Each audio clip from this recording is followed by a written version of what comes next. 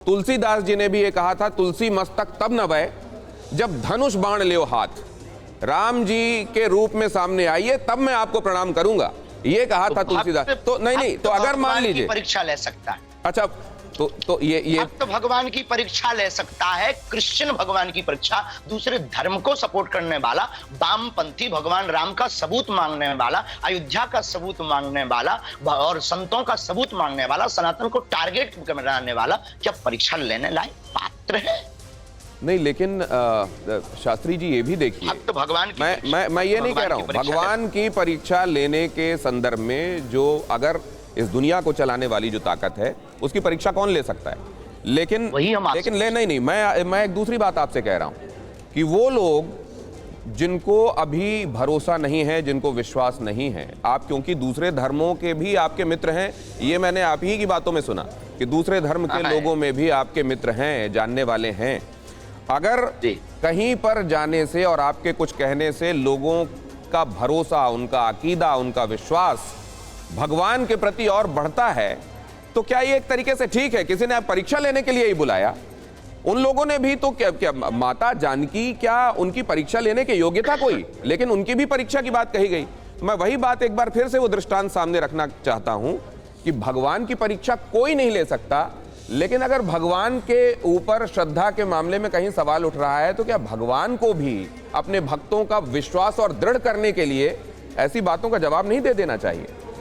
बिल्कुल देना चाहिए। उसी के लिए तो उनको रायपुर बुलाया है। क्यों नहीं आ रहे हैं? हमारी जानकारी उन तक भेजिए, खबर उन तक भेजिए। हम तो नागपुर में दरबार लगाए, क्यों नहीं आए?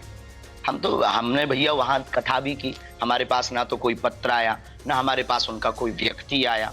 हम निकल आए तो आपने वीडियो पे कह दिया कि हमने चुनौती दी इसलिए भाग आए। ये तो अनलॉजिकली बातें हैं। आप आ जाइए। ये धाम हमारा नहीं है, रायपुर हमारा क्षेत्र नहीं है, हमारा शहर नहीं है, हमारा गांव नहीं है, हमारा स्टेट नहीं है, अदर स्टेट है। हमें जैसे ही समय मिलेगा हम नागपुर आएंगे। आप आइए, अनुभव कीजिए। हाँ, लेकिन शर्त ये है कि दरबार की प्रक्रिया दरबार के अंतर्गत होगी। जो दरबार है उसमें बैठिए, जो हमें प्रेरणा लगेगी वो हम बताएंगे। कल तक का मौका है, किराया खर्चा हमसे ले लीजिए।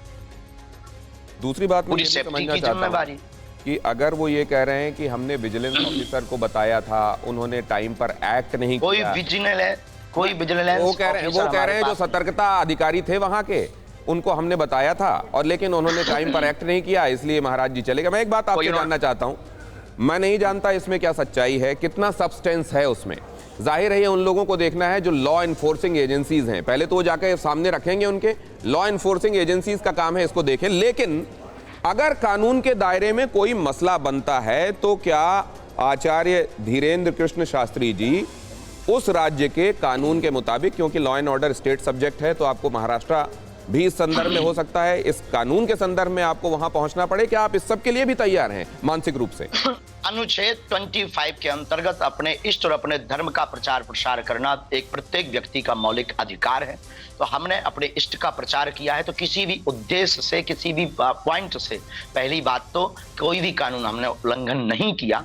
और अगर कानून उल्लंघन किसी को लगता है तो उसको कानूनी सलाह लेनी चाहिए। बाकी हम हर प्रकार से प्रत्येक चुनौती, प्रत्येक परिस्थिति के लिए अपने सनातन धर्म के प्रचार प्रसार के लिए ऑल लाइफ तैयार हैं और चेहरे पर मुस्कुराहट के साथ स्वीकार है हमें।